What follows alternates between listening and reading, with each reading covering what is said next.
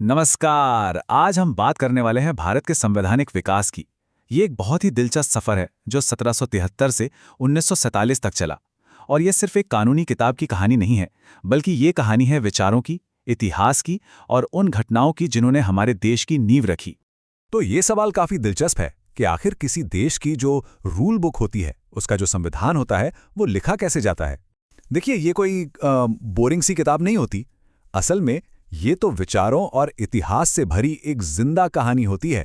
और ऐसा नहीं है कि भारत के संविधान का आइडिया अचानक से कहीं से आ गया। नहीं, इसके पीछे थे कई ग्लोबल इन्फ्लुएंसेस।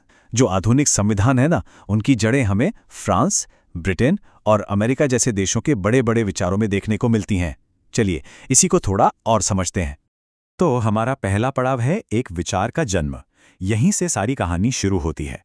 ये समझना जरूरी है कि संविधान का ये पूरा कॉन्सेप्ट आखिर आया कहाँ से और कैसे दुनिया भर के आइडियाज ने इसकी नींव रखी। आप कह सकते हैं कि उस वक्त पूरी दुनिया कॉन्स्टिट्यूशनल आइडियाज की एक लेबोरेटरी बनी हुई थी। जैसे फ्रांस से, वहां से ये आइडिया आया कि एक संविधान बनाया जा सकता है। फिर ब्रिटेन से 1688 में हमें मिला पार्लियामेंट्री सिस्टम का मॉडल। और अमेरिका ने तो 1787 में दुनिया का पहला लिखा हुआ संविधान ही दे दिया। तो ये वो ग्लोबल डीएनए था जिससे आगे चलकर भारत का संविधान बनने वाला था। अब सवाल यह है कि ये सारे ग्लोबल आइडियाज भारत तक पहुंचे कैसे। और यही कहानी एक बहुत ही अनएक्सपेक्टेड मोड़ लेती है। इसकी शुरुआत किसी नेता या क्रांतिकारी ने नहीं, बल्कि एक ट्रेडिंग कंपनी ने की। चलिए देखते हैं हमारा दूसरा पड़ाव, व्यापार से साम्राज्य तक। और वो कंपनी थी ब्रिटिश ईस्ट इंडिया कंपनी।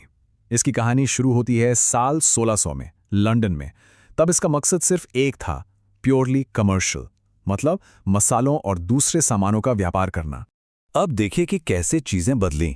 100 साल से भी ज्यादा के वक्त में ये कंपनी एक मामूली ट्रेडिंग कंपनी से एक रूलिंग पावर बन गई। 1757 में प्लासी की लड़ाई वो एक टर्निंग पॉइंट था। और 1765 आते आते इलाहाबाद समझौते के बाद तो इसे बाकायदा शासन करने के अधिकार मिल गए।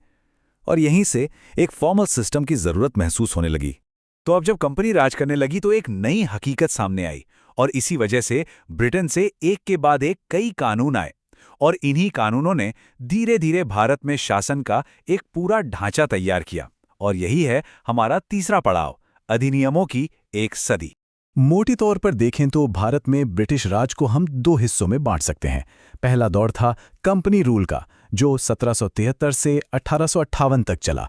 और फिर 1857 के विद्रोह के बाद आया दूसरा दौर, यानी क्राउन रूल, जब सत्ता सीधे ब्रिटिश ताज के हाथ में चली गई। ये 1858 का साल, ये एक बहुत बड़ा, मतलब एक निर्णायक मोड़ था। और इस पूरे दौर में एक एक करके कई एक्ट्स आए। Regulating act, Pitt's India act, charter act, और इन सब ने मिलकर भारत के एडमिनिस्ट्रेटिव और लीगल स्ट्रक्चर की नींव रखी।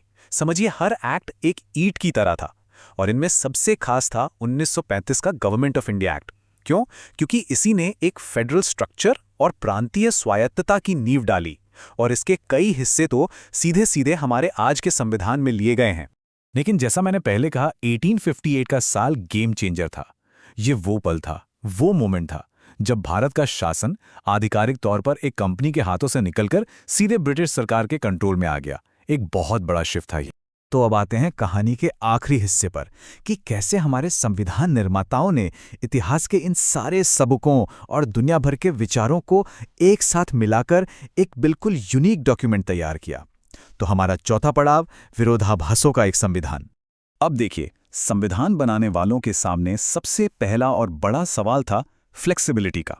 मतलब संविधान को बदलना कितना आसान हो या कितना मुश्किल। उनके सामने दो एक्सट्रीम्स थे। एक तरफ था अमेरिका का बेहद रिजिड मॉडल, जिसे बदलना बहुत मुश्किल है, और दूसरी तरफ था ब्रिटेन का एकदम फ्लेक्सिबल मॉडल। तो भारत ने क्या किया? भारत ने चुना बीच का रास्ता, एक बैलेंस। हमारे संविधान बनाने वालों ने दोनों से सीखा और एक ऐसा सिस्टम बनाया जो कठोर भी है और लचीला भी। मतलब कुछ चीजें बदलना आसान है, लेकिन जो संविधान का बेसिक स्ट्रक्चर है उसे बदलना लगभग नामुमकिन है। फिर आया दूसरा बड़ा सवाल, पावर का। अल्टीमेट अथॉरिटी किसके पास हो? यहां भी दो मॉडल थे। अमेरिका, जहां जुडिशरी सुप्रीम है, मतलब कोर्ट्स कानूनों को खत्म कर सकती हैं, और दूसरी तरफ ब्रिटेन, जहां पार्लियामेंट सुप्रीम है, यानी संसद का बनाया कानून ही फाइनल है।